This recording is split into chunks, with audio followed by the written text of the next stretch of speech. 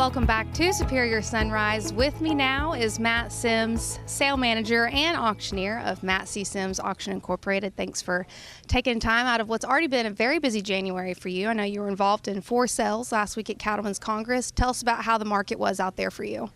Thanks for letting me be here today. It was excellent, actually. All the sales that we were involved with, we were fortunate to be up about $750,000 this year on those 4 sales. We saw an increase in the crowd size, the bidding activity. All the averages were up this year, and we saw a significant increase in the gross. I think that, the need and the want for this show and sales to come back here in Oklahoma was very obvious. But talk about the market that buyers and sellers can take advantage of being here in Oklahoma and the surrounding areas.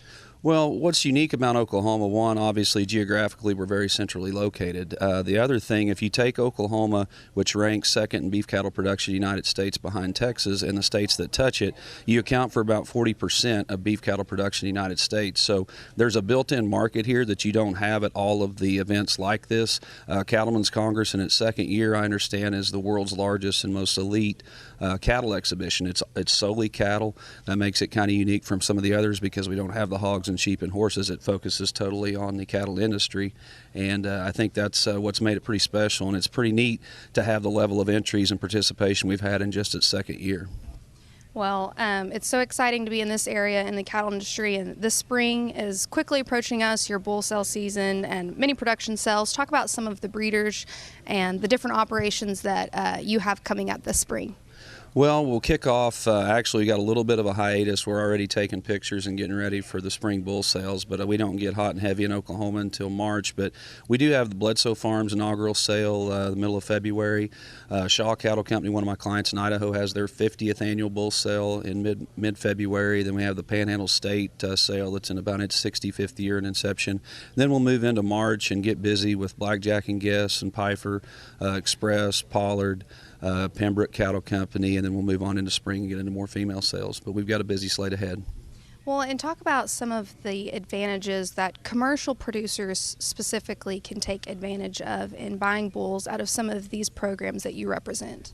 You know, most of the breeders that I work with now are taking advantage of all the technologies and data that's available to them through their associations, regardless of what the breed is. One of the technologies that's no longer new, but it does increase the accuracy of the EPDs, is genomic enhancement. So I think you can buy with more confidence knowing that those bulls, it's like they've already sired progeny, and it helps you make your mating decisions and incorporate the kind of genetics you need to in your herd. And I think commercial breeders definitely are in tune with all that's available to them, in some cases more so than the registered breeders that are selling the cattle, and they really know how to use those tools that are available. Well, Matt, I want to thank you so much for coming on here this morning. I look forward to seeing a lot of your sales here this spring. You can catch most of Matt's sales on Superior Productions or liveauctions.tv, and head to his website, mcsauction.com, for his complete spring sale listing. When we come back, Beth is joined by Tyler Norvell. Stay with us.